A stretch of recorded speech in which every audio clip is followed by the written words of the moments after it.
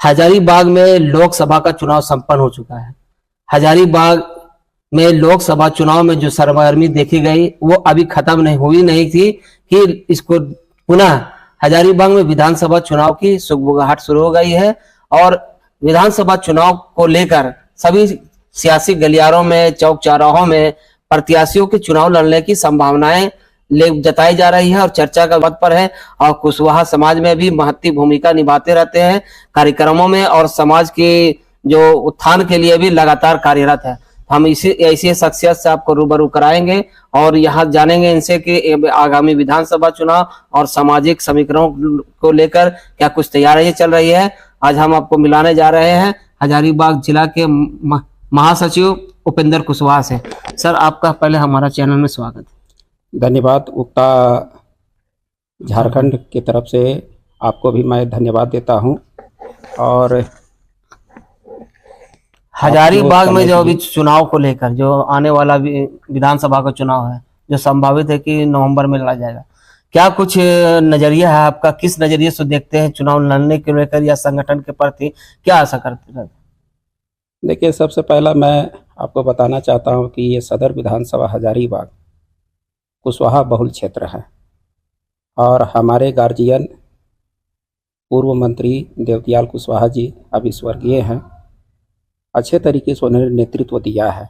सदर विधानसभा से मंत्री भी रहे, अच्छे कार्यकाल उन्होंने चलाया है। इससे पूर्व आप जाइएगा तो ज्ञानी राम स्वतंत्र भारत के समय से रहे हैं, वो भी सांसद और विधायक यहाँ रहे हैं। तो इस आधार पर हम उसी समाज से आते हैं, हमारा भी दावेदारी बनती है। अभी जो कुशवाहा समाज में जो आपके बारे में चर्चा चलती है कि कुशवाहा समाज से भी एक प्रमुख दावेदार है, क्या कहेंगे इसको लेकर? देखिए, मैं कुशवाहा समाज का प्रदेश में प्रधान महासचिव के पद पर मैं अभी हूँ और कुशवाहा समाज को पूरे झारखंड में एकत्रीकरण करने का मेरा बहुत बड़ा रोल अदा रहा है। और मैं चाहता हूँ कि कुशवाहा समाज बढ़ चढ़ करके भाग ले और कुशवाहा समाज का जो खोया हुआ चीज़ है वो वापस आ जाए। जनता के बीच में जो सियासी गलियारों में खास करके जो चर्चा बना हुआ है कि कांग्रेस से आप चुनाव लड़ सकते हैं, मगर आपकी तरफ से किसी तरह कभी कोई प्रतिक्रिया नहीं आता है, तो इसको लेकर लोग पूरा असमंजस की स्थिति में, इसको किस नजरिया से आप देखते हैं? क्यों? देखिए, हम किसी का कटाक्ष तो नहीं करते हैं और वैसा हमारा सोच कभी नहीं रहा है।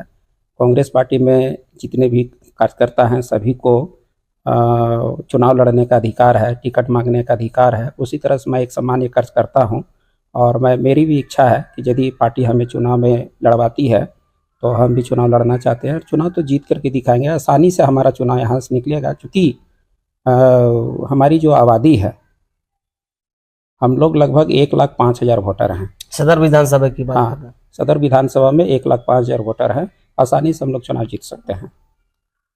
अभी हाल के दिनों में लगातार आपके सामाजिक भागीदारी की भी चर्चा होती रही है कि किन क्षेत्रों में अभी आप कार्य कर रहे हैं जो समाज सेवा क्षेत्र में? देखिए, स्वास्थ्य के क्षेत्र में मैं आज 2007 से हूँ। अभी भी हमारा स्वास्थ्य के क्षेत्र में प्रत्येक बुधवार को गर्भवती महिलाओं को निःशुल्क ओपीडी में करवाता हूँ। यहाँ तक होता है कि मैं दवा भी बहुत सारा कुछ आता है, मैं फ्री भी देता हूँ। और गांव-गांव में जाकर के स्वास्थ्य के बारे में मैंने अपने प्रतिक्रिया दिया है, लोगों को समझाया है, बुझाया है और बताया है कि सरकारी सेवा लेना बहुत उचित है।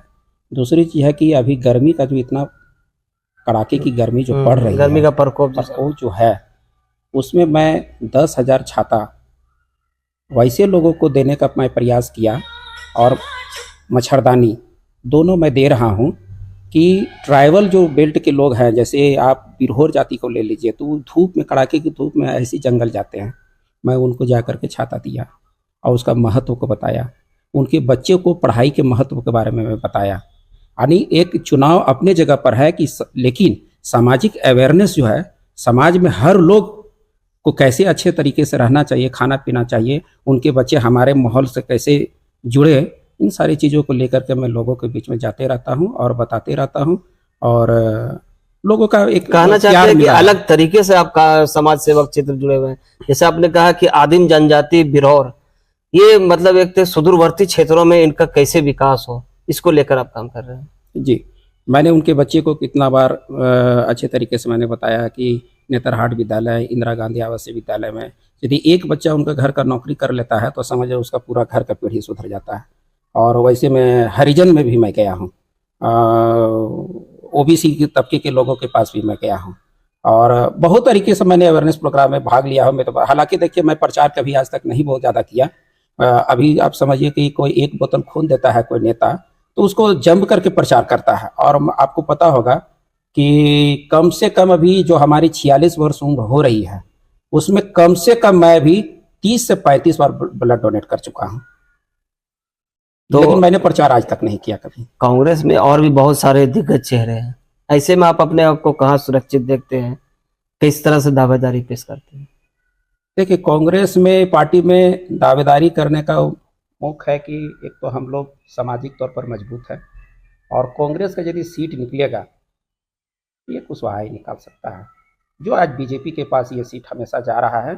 और दावेदारी मेरा बनता है इसलिए कि कुशवाहा ही कांग्रेस का ये सीट जीत करके उसकी झोली में डाल सकता है। तो ये था आज हमारे साथ कांग्रेस के जिला महामंत्री और हजारीबाग में समाज सेवा के क्षेत्र में एक अलग पहचान बना चुके उपेंद्र कुशवाहा, जिन्होंने कहा कि पार्टी आलाकमान अगर इन्हें मौका देगी तो जाति समीकरण के तहत हजारीबाग सदर विधानसभा से कांग्रेस की झोली में यह सीट डालने का काम करेंगे। तो इसी तरह हमारे चैनल के साथ जुड़े रहें और देखते रहें उक्ता झारखंड।